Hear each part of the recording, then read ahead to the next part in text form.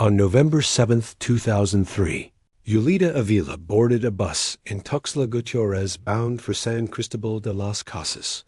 It was a trip she had made dozens of times, a route of barely 2 hours along Federal Highway 190. But Julieta never reached her destination. For 9 years, her family lived with the anguish of not knowing what had happened to her. Until a chance photograph taken by a tourist at a craft market in 2012 changed everything they thought they knew about her disappearance. What that image would reveal would not only explain where Juliet had been for nearly a decade, but would uncover a truth so disturbing it would make us question everything we thought we knew about the human capacity to reinvent ourselves when life becomes unbearable. Before continuing with this disturbing story, if you appreciate real-life mysterious cases like this one, please subscribe to the channel and turn on notifications so you don't miss any new cases. And tell us in the comments what country and city you're watching us from. We are curious to know where our community is spread around the world. Now, let's find out how it all began. San Cristóbal de las Casas, located in the Chiapas Highlands, is a colonial city that was already beginning to establish itself as an international tourist destination in 2003. Surrounded by indigenous, Zauzal, and Celtic communities, the city maintained a delicate balance between the modernity brought by foreign visitors and the ancient traditions of its native inhabitants. Julieta Ávila Pacheco was 34 years old when she disappeared. Born in Comitán de Dominguez, she had studied social work at the autonomous University of Chiapas and for 6 years had been working for a non-governmental organization dedicated to teaching indigenous women to read and write in rural communities. Her work took her constantly traveling between Tuxtla Gutiérrez, where she lived, and San Cristóbal, where the NGO's headquarters were located. Those who knew Julieta described her as a woman of strong but reserved character. He was approximately 165 meters tall. She had dark brown hair that she always wore in a ponytail and honey-colored eyes that lit up when she talked about her work with the communities. She lived alone in a small apartment in the El Retiro neighborhood of Tuxtla. And although he had had a few romantic relationships, none had prospered enough to form a family. Her older sister, Esperanza Ávila, 38, worked as a teacher at an elementary school in Tuxtla, and was the one who best knew Julieta's emotional ups and downs. My sister was very committed to her work. Years later, he would remember hope, but he also carried a sadness that he never fully understood. Sometimes I saw her lost in her thoughts, as if something was consuming her from within. Their mother, Remedios Pacheco, a widow for 10 years, lived in the family home in Comitán with her younger brother, Esteban, 28, who worked as a mechanic in a local garage.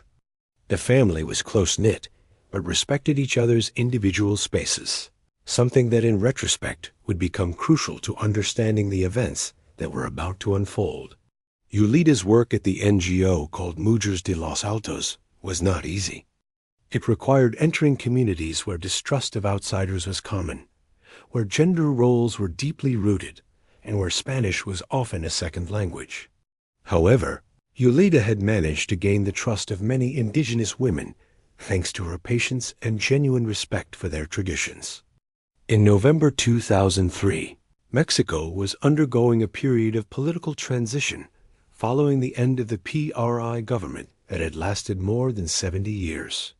In Chiapas, the Zapatista movement maintained its presence in several regions, creating an atmosphere of political tension that particularly affected those working with indigenous communities. Although Julieta had always been careful to keep her work free from any political controversy, the very nature of her work placed her in a delicate position. November 7, 2003 was a cold and cloudy Friday in Tuxtla Gutiérrez. Julieta had gotten up early, as was her custom, and had breakfast with coffee and sweet bread while reviewing some work documents. I had an important meeting scheduled in San Cristóbal for the following Monday, but I had decided to travel on Friday so I could take advantage of the weekend reviewing materials in the Casa della Cultura library. At 10:30 a.m., Julieta boarded the Cristobal Colon bus at the first-class terminal in Tuxtla. He carried a brown canvas backpack where he had packed clothes for the weekend, some workbooks, and a folder with documents he needed to review. He also carried his usual handbag, a black leather bag containing his wallet, ID, and about 800 pesos in cash. The bus with registration number 847BN3 had capacity for 42 passengers and was practically full that day. Driver Aurelio Rangel, 45, had been working that route for 7 years and knew several regular passengers by sight, including Julieta. The young lady always sat towards the front. On the right side, he would later remember Aurelio. She was very quiet, always carrying a book or some papers to read during the trip. That day, Julieta occupied seat number 14, just behind an elderly couple traveling to visit their family in San Cristóbal. Sitting next to him was Gabriela Serrano, a 23-year-old anthropology student. Returning to San Cristóbal after some business in Tuxtla, Gabriela would recall years later that during the first few kilometers of the trip, Julieta seemed nervous, constantly checking her watch and looking out the window with a worried expression. Federal Highway 190, which connects Tuxtla Gutierrez with San Cristóbal, is a 2-lane road that winds through mountains covered in pine forest and fog. In 2003, some sections of the road still lacked adequate lighting and maintenance was suboptimal, especially during the rainy season that had just ended. At approximately 11:45 a.m., when the bus was about 35 kilometers from Tuxtla, in an area known as the Sinkhole, the vehicle suddenly stopped. Aurelio explained to the passengers that there was a minor mechanical problem and that he would need a few minutes to check it. It was something that, according to him, had happened a couple of times before with that particular bus. Several passengers got off to stretch their legs and take the opportunity to smoke a cigarette. Julieta also got off the bus, but instead of staying close to the vehicle like the others, she walked toward a small path that led into the woods, apparently to find a private spot. Gabriela watched her walk away and noticed that she was carrying her handbag, but had left her canvas backpack on the seat. "I thought he was going to the bathroom," Gabriela would say later. There were other passengers who had also strayed a little from the path for the same reason. I didn't find it strange. Aurelio managed to solve the mechanical problem in approximately 15 minutes. As he began asking passengers to board again, he realized that Juliet was missing. They waited another 10 minutes, during which time several men entered the woods calling her name. They got no response. The decision to continue the journey without her was difficult, but Aurelio argued that he had a schedule to keep, and that perhaps Julieta had decided to return to Tuxtla on her own. However, one thing no one could satisfactorily explain was why he had left his backpack with all his belongings on the bus. When the bus arrived in San Cristóbal, Aurelio reported the incident to his supervisors, who in turn contacted the state police. Julieta's backpack was handed over to authorities as evidence. Inside, they found 3 changes of clothes, NGO, work materials, some books on intercultural education, and a personal diary where he had written down appointments and commitments for the following weeks. The initial search began on Saturday, November 8th. A rescue team composed of state police, firefighters, and civil protection volunteers searched the area where the bus had stopped. The topography of the area was complicated. The forest was dense. There were several small ravines, and the vegetation made visibility difficult beyond a few meters. For 3 consecutive days, search teams searched a 5 kilometers radius around the spot where Julieta had last been seen. They used dogs trained in search and rescue, but the rains of the previous days had washed away any scent traces that might have remained. The only significant find was found on Tuesday, November 11th, by one of the volunteers. A light blue cloth scarf caught on a branch, about 200 meters from where the bus had stopped. Hope, Julita's sister, identified the handkerchief as belonging to her sister, as she had seen her use it on several occasions. However, the handkerchief provided no further clues as to Juliet's whereabouts. The case took an unexpected turn when, during interviews with the family, police discovered that Julita had been receiving strange phone calls in the weeks leading up to her disappearance. Esperanza recalled her sister mentioning that someone had been calling her home at unusual times, but when she answered, the person on the other end would hang up without saying anything. Julita told me it had happened 3 or 4 times in the last 2 weeks. Esperanza explained to investigators. I asked him if he recognized the voice or if there was any background noise, but he said he only heard breathing and then hung up. Julieta Ávila's disappearance deeply affected not only her family, but the entire community that had known her work. In the months following November 2003, the NGO Mujeres de los Altos organized several search campaigns and actively publicized the case in local media. Esperanza became the family's main voice before the media and authorities. Every month he religiously visited the state police offices to inquire about progress in the investigation. The first few months I was hoping he would appear. I would tell him years later. I thought maybe I'd been in an accident, that I was in some unidentified hospital, or that I'd lost my memory. But as time went on, the possibilities became more obscure. Mother Remedios developed an obsessive routine of visiting churches in different cities in Chiapas, lighting candles and praying for her daughter's return. Her unwavering faith became the family's emotional anchor, but also a source of tension. As other members began to accept the possibility that Juliet was dead, Esteban, the younger brother, reacted completely differently. He immersed himself in the mechanic's shop, working double shifts and weekends to avoid thinking about his sister's absence. Whenever I was doing nothing, my mind would go to very dark places, he would admit years later. It was easier to keep your hands busy. At the NGO where Julita worked, her absence created a void that was difficult to fill.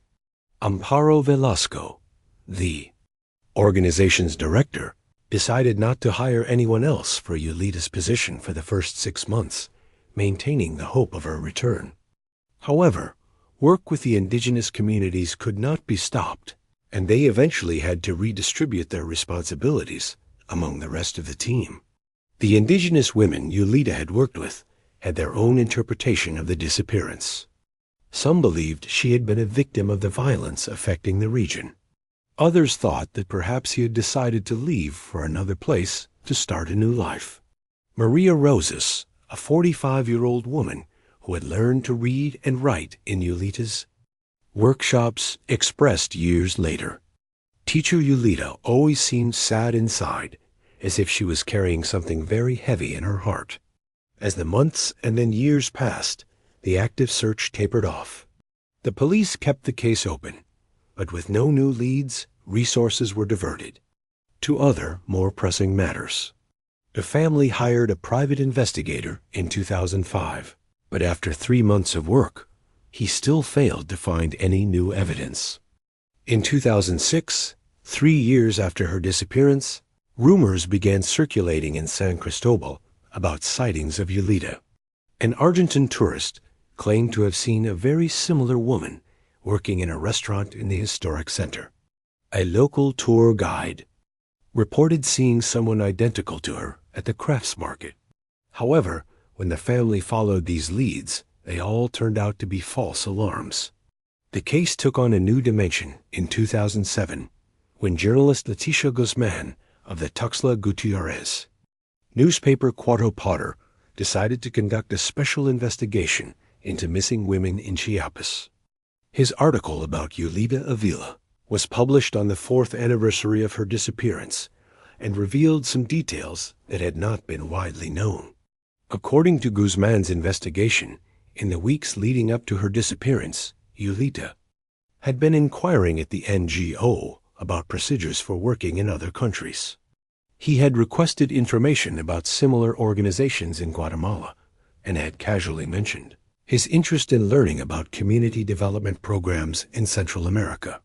He also revealed that Julieta had closed a minor savings account. She had at Bancomer, withdrawing approximately 12,000 pesos 3 days before her disappearance. When the police investigated this banking transaction in 2003, the family explained that Julieta had mentioned her intention to make some improvements to her apartment, so it hadn't been given much importance. But perhaps the most intriguing detail to emerge in Guzman's report was the testimony of Nora Contreras, a neighbor of Julieta's in Tuxtla, who recalled seeing her neighbor burning papers in the building's backyard during the first week of November 2003. It was something she had never done before, Norma told the reporter. I saw her one night around 10 o'clock burning papers in a trash can. When I approached him to ask if everything was okay, he told me he was just cleaning up old files from work. But now that I think about it, she seemed very nervous. On October 23, 2012, almost 9 years after Julieta's disappearance, a completely unexpected event changed the course of history. Tomas Valdez, a 31-year-old systems engineer originally from Mexico City, had traveled to San Cristóbal de las Casas as part of a vacation in southeastern Mexico. Tomas was a photography enthusiast and had spent Tuesday morning exploring the Santo Domingo Crafts Market, one of the most colorful and popular tourist spots in San Cristóbal. With his Canon digital camera, he had taken dozens of photographs of the textile stalls, indigenous artisans, and colonial architecture surrounding the market. That afternoon, back at his hotel, Tomas decided to review the day's photographs to select the best ones before continuing his journey to Palenque the next day. As he browsed through the images on his laptop screen, one photograph in particular unexpectedly caught his eye. In the image, taken around noon, near the stall of a craftswoman selling wipiles, several people could be seen in the background, walking and looking at the merchandise. One woman in particular, dressed in simple clothing and with her hair tied back, was examining some textiles a few feet from where the camera had focused. At first, Tomas hadn't given any importance to the passers-by captured in the photograph. However, something about that woman's face seemed familiar, although he couldn't quite put his finger on what it was. He decided to enlarge the image on his computer to see it in greater detail. The woman appeared to be between 35 and 40 years old. She had brown hair tied back in a ponytail and was wearing a simple white blouse with a gray wool sweater. What most caught Tomas's attention was the ease with which he moved through the market, like someone who knew the place perfectly and was part of the daily routine there. Tomas was a follower of several Facebook groups dedicated to missing persons cases in Mexico, an interest he had developed after a cousin of his went missing temporarily in 2010. He was later found in a hospital after an accident. He remembered seeing publications about different cases, and something about the woman's face in the photograph gave him a feeling of being scared. That night, from his hotel, Tomas decided to search the internet for cases of missing women in the Chiapas region. After browsing several civic organization websites and local news sites, she found a 2007 article about Julieta Ávila, which included several photographs. The similarity was striking: the honey-colored eyes, the shape of the face, even the way she wore her hair up. Tomas felt a chill as he realized he had possibly accidentally photographed a woman who had been missing for almost 9 years. However, he was also aware that physical similarities could be deceptive, and that making an unfounded accusation could raise false hopes in a family that had suffered for years. He decided to be extremely careful in how he handled the situation. The next day, before leaving for Palenque, Tomas returned early to the Santo Domingo market, hoping to locate the woman in the photograph again. He arrived around 8:30, In the morning, when the merchants were just beginning to set up their stalls and settled into a cafe with a panoramic view of the market. For 3 hours, Tomas observed the constant flow of people national and foreign. Tourists, local merchants, and indigenous women arriving with their products from nearby communities. Around 11:15 in the morning, he saw her arrive. The woman walked with a determined step towards the same area where Tomas had photographed her the day before. He went directly to the stand of an elderly craftswoman with whom he exchanged a few words in what appeared to be Tzotzil. He then headed to other stalls, greeting several merchants with the familiarity of someone who had known them for a long time.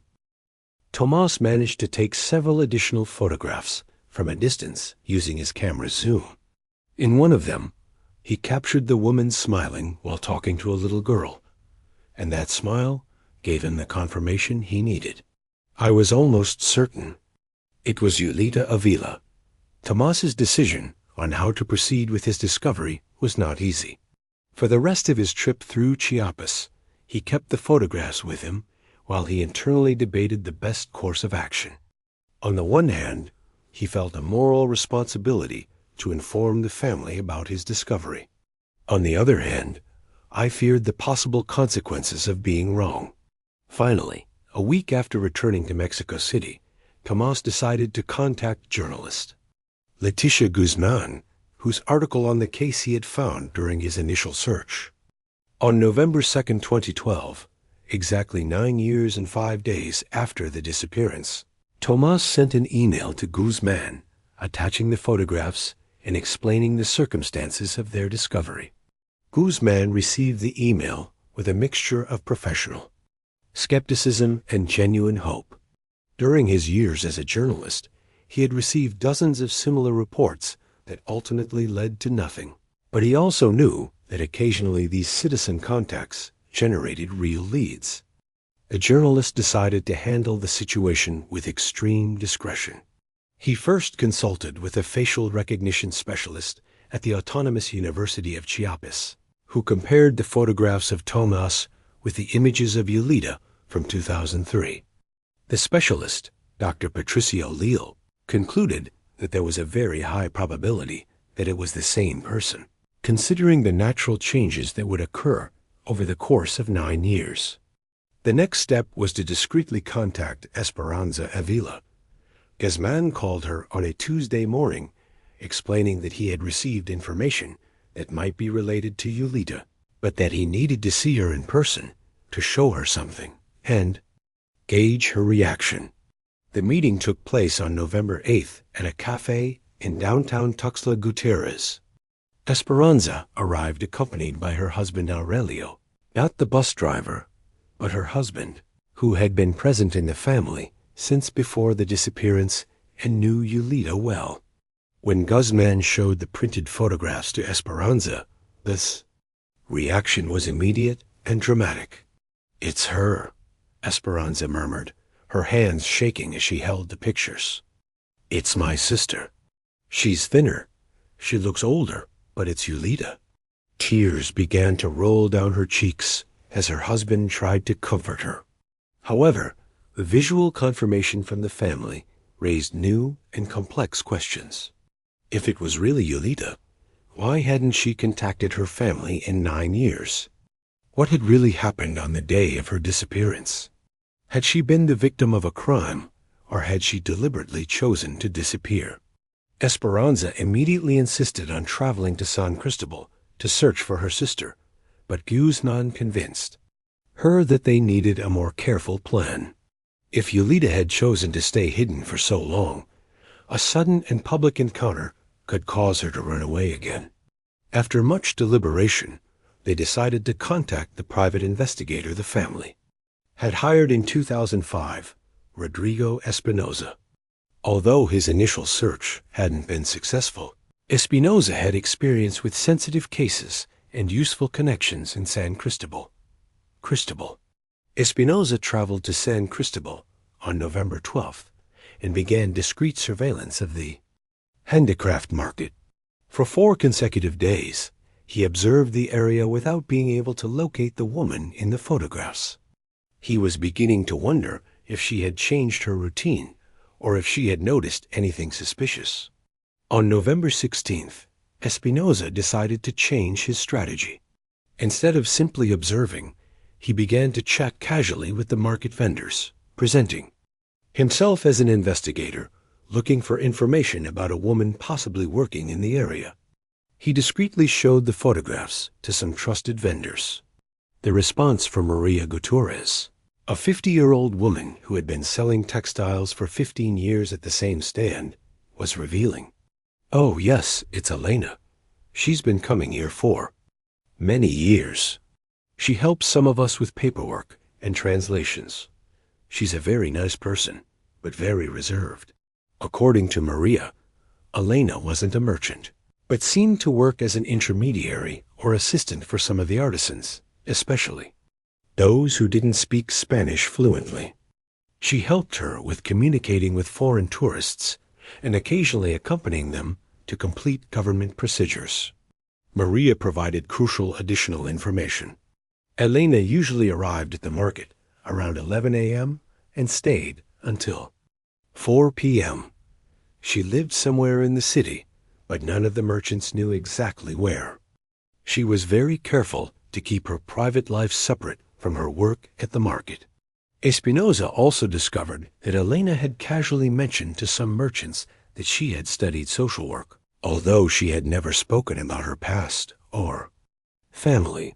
Some women had noticed that she occasionally seemed melancholic, especially around the time of the Day of the Dead. On November 20th, 2012, Espinosa implemented the plan she had agreed upon with the family and Leticia Guzman. Rather than directly confront Elena, they decided that Esperanza would travel to San Cristóbal and find her way around the market naturally as a regular tourist. Esperanza arrived in San Cristóbal the night before, staying in a small hotel in the historic center. She had mentally rehearsed this moment for days, preparing for different scenarios and possible reactions. The uncertainty was overwhelming. After 9 years of pain and unanswered questions, she could finally get some answers. At 10:30 a.m., Esperanza located herself in the Café from where Tomas had first observed the woman accompanied by Espinosa, who remained at a distance. She carried one of the photographs Tomas had taken, as well as some family images from 2003. At 11:20 a.m., they saw her arrive. Esperanza felt her heart stop as she confirmed what she already knew. It was undoubtedly her sister Julieta. Although her appearance had changed, she was thinner. She had a few additional lines of expression, and her manner of dressing was simpler. Her gestures and way of walking were unmistakable. Esperanza watched her sister for 15 minutes, watching how she interacted with the merchants with a naturalness that suggested years of familiarity. It was evident that Elena had built a completely new life in San Cristóbal, integrated into the merchant community and artisans. Finally, Esperanza decided to approach. She walked slowly toward the stand where Julieta was helping a French tourist choose a Weipel and waited for her to finish the transaction. When Julieta turned around after saying goodbye to the tourist, her face completely transformed upon seeing Esperanza. All the defense mechanisms she had built up over 9 years crumbled in an instant. Her eyes filled with tears, and for a few seconds she looked like she might faint. "Hi, Julieta," Esperanza said softly, using her sister's real name for the first time in almost a decade. "Esperanza, how did you find me?" was all Julieta managed to say, her voice a mixture of surprise, fear, and perhaps relief. The sisters hugged in the middle of the market as the merchants watched this emotional reunion in confusion. Maria Gutierrez, who had watched Elena's relationship grow over the years, worriedly approached to make sure everything was okay. "It's okay, Maria," Julieta and Zoten told her. "She's my sister. My family found me." The initial conversation was difficult and emotionally charged. Julieta agreed to accompany Esperanza to a private place to talk. but insisted that she first needed to cancel some commitments she had that afternoon with the artisans. It was evident that even in this extraordinary situation, she felt responsible toward the people she had come to know as her new family. They headed to a quiet little café on Calle Real de Guadalupe, where Julieta finally began to explain what had happened on November 7th, 2003. "It was never a kidnapping," Julieta began, her voice breaking. "And it was never an accident. I chose to disappear." The revelation came as a shock to Esperanza, who for years had imagined multiple scenarios, but never this one. "Why, Julieta? Why did you do this to us?" Julieta explained that in the months leading up to her disappearance, she had been going through a deep emotional crisis that she had kept hidden from her family. Her work with indigenous communities, although rewarding, had exposed her to situations of extreme poverty and gender violence that had cumulatively affected her. But the decisive factor hadn't been professional, but personal. Julieta had discovered she was pregnant with her then-boyfriend, Octavio Ramos, a lawyer from Tuxtla, with whom she had been in an on-and-off relationship for 2 years. When she told him about the pregnancy, Octavio's reaction was devastating. Not only did he refuse to take responsibility, but he aggressively pressured her to have an abortion, threatening to abandon her if she didn't. "It wasn't just that she didn't want the baby," Julieta explained. "It was the way he spoke to me, as if I was an obstacle in his life. I realized that he had never truly loved me, and that I had been living in illusion." Octavio's pressure had intensified in the weeks leading up to November. He had gotten to the point of showing up unannounced at her apartment and at her work, insisting on his position. Julieta felt cornered and emotionally devastated. During those difficult weeks, I had begun to fantasize about disappearing and starting a new life somewhere else. The questions I had asked the NGO about working in other countries were not accidental, but rather part of a desperate search for alternatives. On November 7th, when the bus stopped on the road, Julieta saw an unexpected opportunity. As I walked toward the woods, I noticed a trail that seemed to lead toward a ranch that could be seen in the distance. On a whim, he decided to follow that path instead of returning to the bus. "It wasn't something planned," Julieta insisted. "It was a moment of despair. I thought I could walk to that ranch, ask for help getting to another town, and from there, I don't know, find a way to start over." The trail had indeed led her to a small Sozal community called Nuevo Progreso, where an indigenous family had taken her in when she arrived exhausted and obviously in emotional crisis.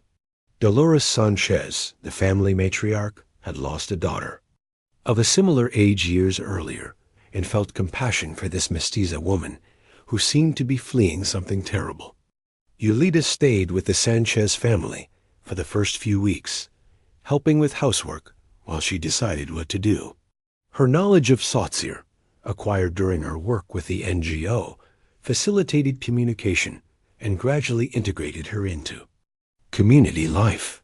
When news of the police search finally arrived, Julieta felt trapped in her own decision. Revealing her location would mean facing questions from her family, social scandal, and possibly renewed pressure from Octavio. She decided to stay hidden until she could find a solution. After a month of further progress, she had lost the pregnancy due to stress and difficult conditions. The miscarriage, while eliminating the immediate crisis that had precipitated her. Life also plunged her into a deep depression that made staying hidden seem like her only option.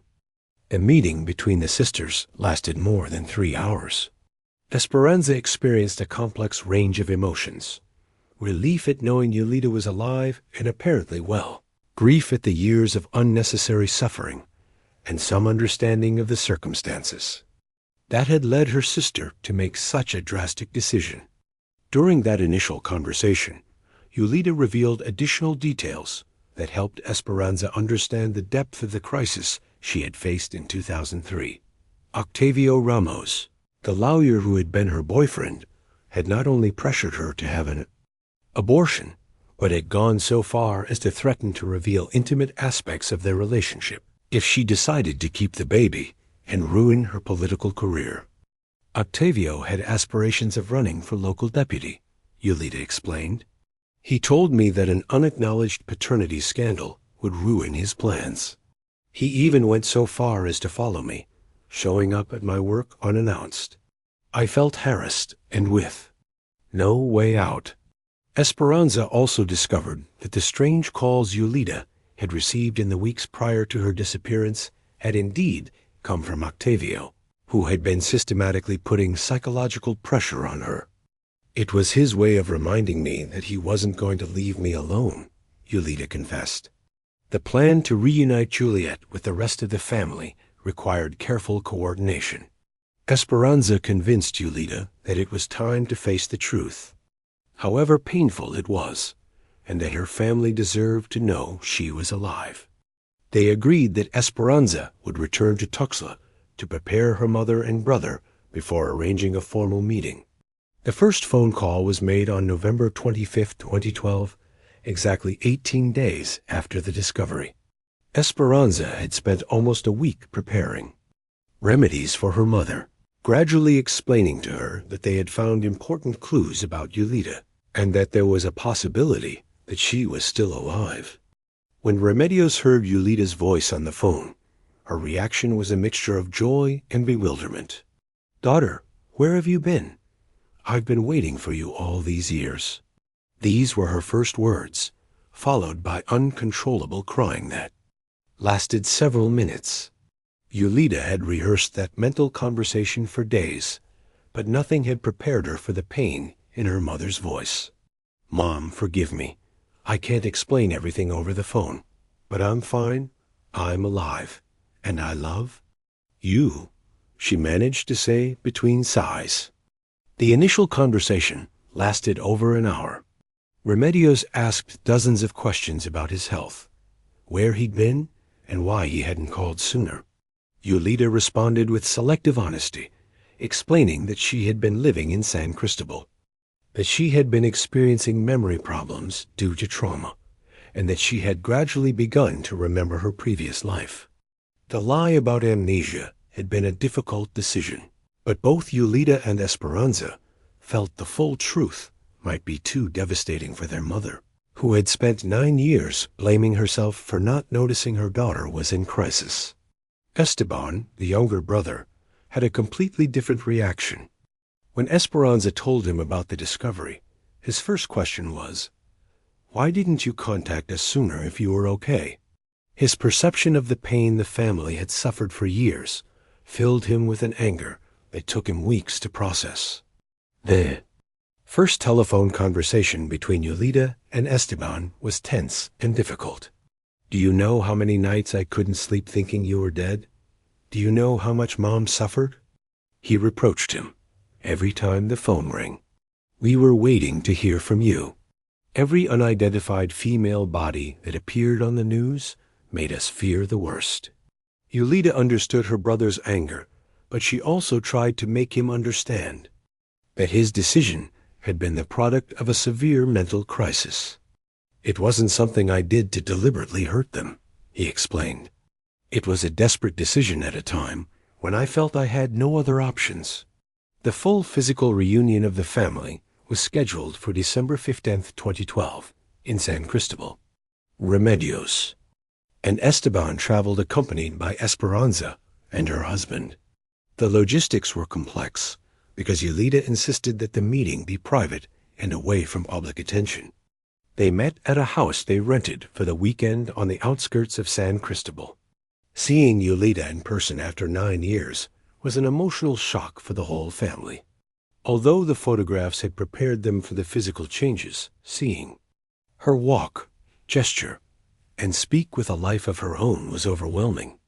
Remedios couldn't stop touching her for the first few hours, as if she needed constant physical confirmation that her daughter was really there. "You look thinner, my girl. Have you been eating well? Have you been sick?" he asked repeatedly. During that weekend, Julieta showed them her life in San Cristobal. He took them to the market where he worked. She introduced them to Maria Gutierrez and other artisans who had become her adoptive family. For the merchants, it was a revelation to discover that Elena had a family that had been searching for her for years. Maria Gutierrez told Remedios in Spanish, "Your daughter is a blessing to us. She has helped us a lot with tourists and with government papers. She is a very good woman, but we always noticed that she carried a sadness in her heart." Julieta also showed them the small room where she had lived for the past 8 years. It was a modest but clean space, decorated with textiles she had bought or received as gifts from the artisans. On a small table, she had some family photographs that she had printed from the internet over the years, including images of birthdays and celebrations she had missed. "I never forgot them," she explained as she pointed to the photographs. "I followed their lives through social media when I could.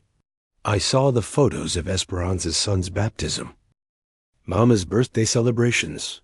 Every important event I couldn't attend hurt me deeply."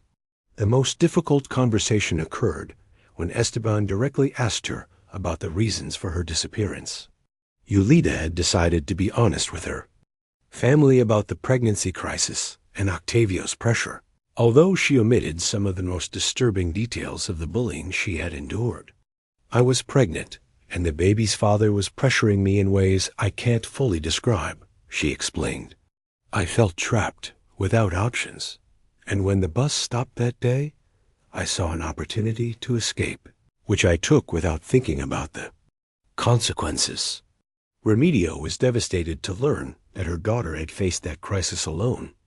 "Why didn't you tell me? I would have supported you no matter what," she told her through tears. "I was afraid of judgment, of scandal, of disappointing them," Julieta replied. "And then, when I lost the pregnancy during the first few weeks in the community, I felt it was too late to explain everything. The process of family reintegration was gradual and complex." During the first months of 2013, Julieta maintained her residence in San Cristobal, but began visiting Tuxtla regularly. Her relationship with each family member developed differently. With her mother, Remedios, reconciliation was the most natural. Maternal instinct overcame any resentment, and Remedio focused solely on making up for lost time with her daughter. However, her health had deteriorated during the stressful years, and she now suffered from hypertension and diabetes that required constant care. Esperanza and Julieta gradually re-established their sisterly relationship, although the emotional scars would take years to fully heal. Esperanza had assumed the role of responsible older sister during Julieta's absence, taking special care of her mother, and needed time to process the resentment of having carried that responsibility alone. Esteban was the one who needed the longest time to fully forgive. His process included several sessions with a family psychologist where he was able to express his anger and gradually understand the circumstances that had led to his sister's decision. "I don't justify what she did," she would explain years later, "but I can understand that she was desperate." Julieta's legal situation required careful navigation. Although she had technically committed the crime of using false documents under the name Elena Vasquez, the authorities decided not to prosecute the case, considering the special circumstances and the fact that she had not committed financial fraud or harmed third parties.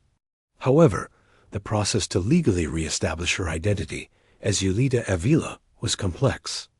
It required multiple bureaucratic procedures, sworn statements from the family, and the intervention of lawyers specialized in identity cases. The entire process took almost 8 months. During this period, Julieta maintained her work with the artisans in San Cristobal, but now under her real name. The transition was surprisingly smooth, as the women with the women she worked for valued her character and abilities more than her name or documents. As for Octavio Ramos, the lawyer who had pressured Julieta, the family considered taking legal action for harassment. However, after consulting with lawyers, they decided that it would be difficult to prove the events of 2003 without more evidence, and that the legal process might generate more pain than justice. Ironically, Octavio had indeed pursued a political career, and in 2012 was a local deputy in Tuxtla Gutiérrez. When he learned that Julieta had reappeared, he attempted to contact her through intermediaries, apparently concerned about the potential repercussions of his past behavior. Julieta rejected any contact and made it clear that she had no intention of revisiting that part of her past. The story became further complicated when the question arose of what to do with the official investigation that had been officially open for 9 years. The resources spent on the initial search and subsequent investigations represented a considerable investment of public funds.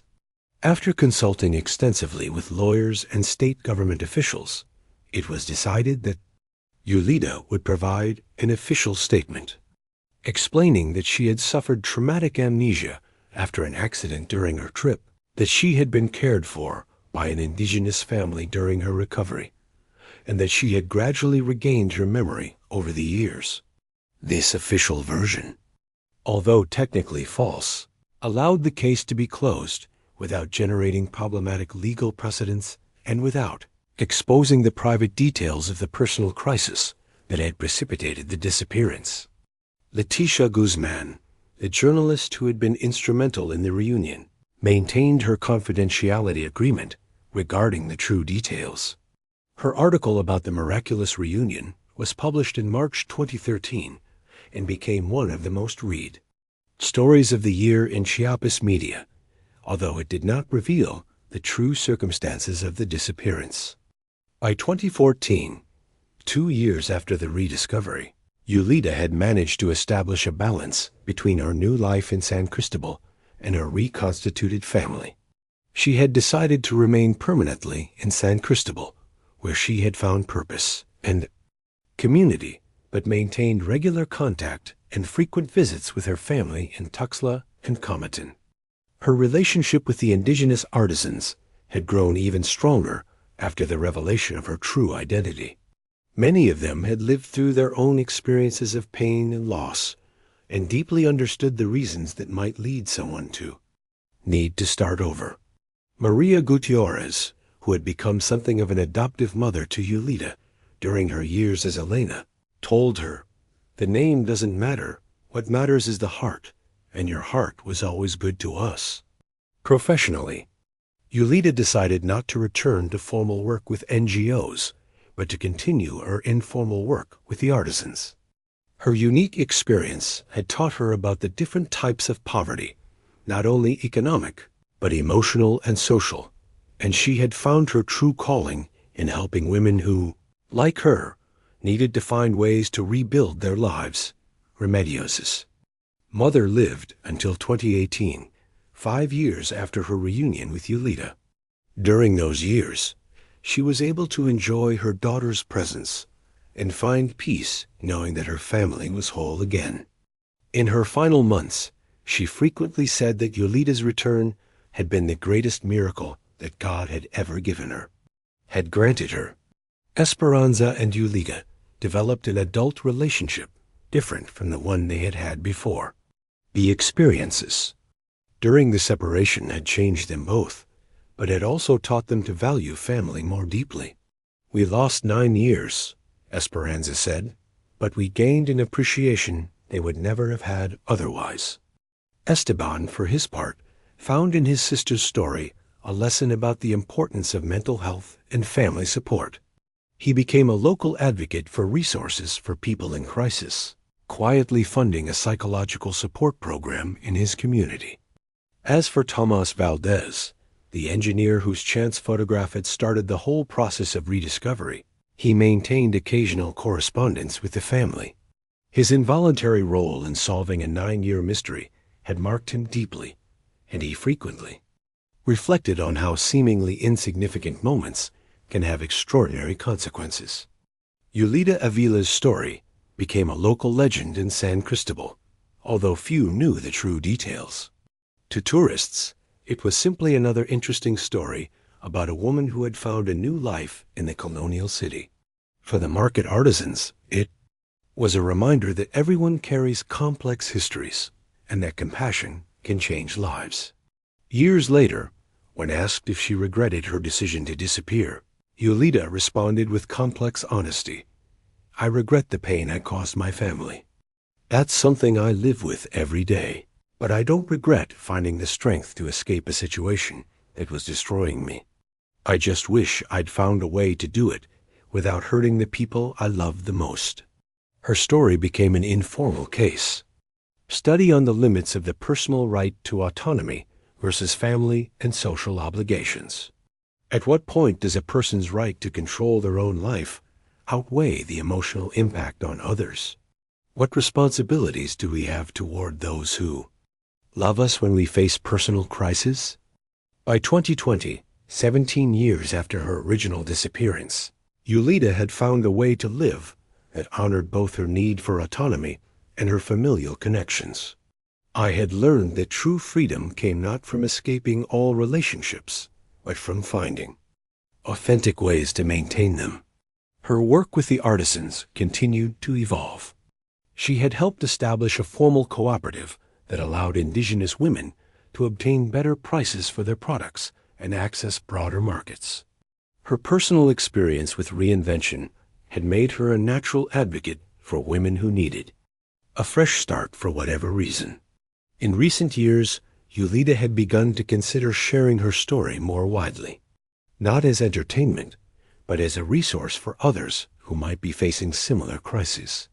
If my experience can help someone else find alternatives before making desperate decisions, I reflected, maybe all the pain I caused could serve some positive purpose. Tomas's photograph, which had started the whole process of rediscovery, was kept framed in the House of Hope, not as a reminder of the pain, but as a symbol that sometimes the most important connections are maintained in ways we can never predict. And Maria Gutierrez, the artisan who had known Julieta as Elena and witnessed her entire transformation, frequently told other women in the market, "We all have the right to a second chance in life. The important thing is to use that opportunity to do good." This extraordinary case reveals to us the deep complexities of human nature and the decisions we make when we feel completely out of options. Julieta Avila's story is not simply about a disappearance and rediscovery, but about the human capacity for reinvention, the limits of familial forgiveness, and the long-term consequences of decisions made in times of extreme crisis.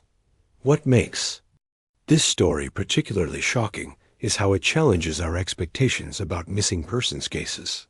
We're used to stories that end in tragedy or crime, but Julieta's case shows us that sometimes reality is far more complex and emotionally nuanced than any fiction. Can you understand the motivations that led Julieta to make such a drastic decision? Do you think she had other alternatives she could have explored before disappearing? Is it possible to justify the pain she caused her family for 9 years, considering the despair she felt in 2003? And perhaps the most important question, what does this case tell us about our society and the resources available to women in crisis?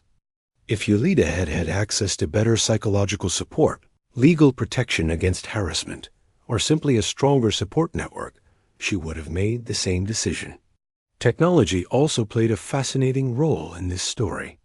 A simple digital photograph casually taken by a tourist solved a mystery that had persisted for almost a decade.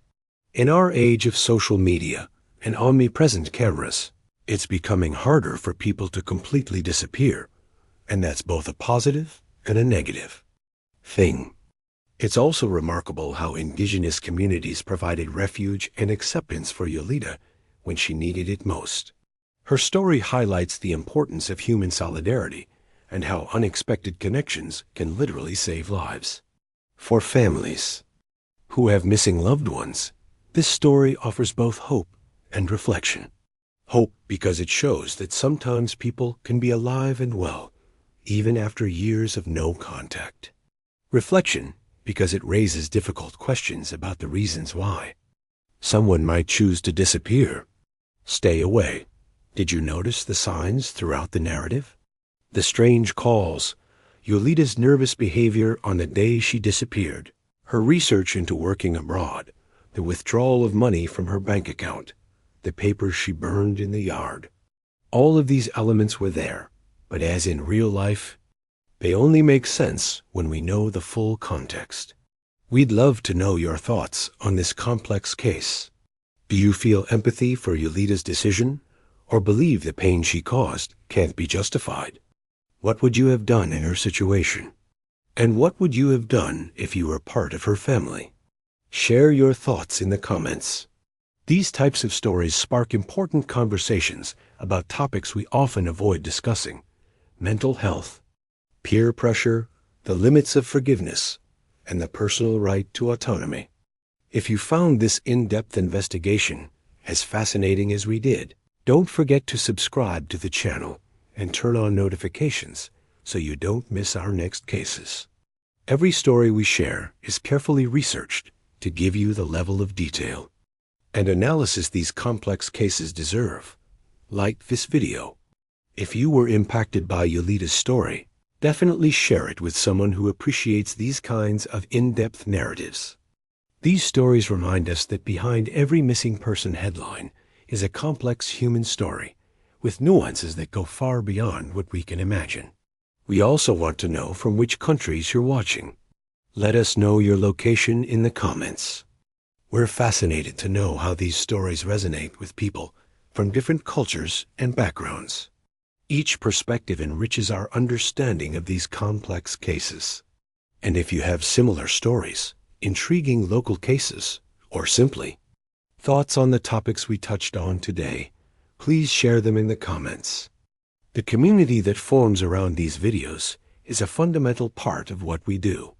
See you in the next case, where we'll continue exploring the deepest mysteries and most human stories we can find. Until then, take care and remember, sometimes the truth is more extraordinary than any fiction.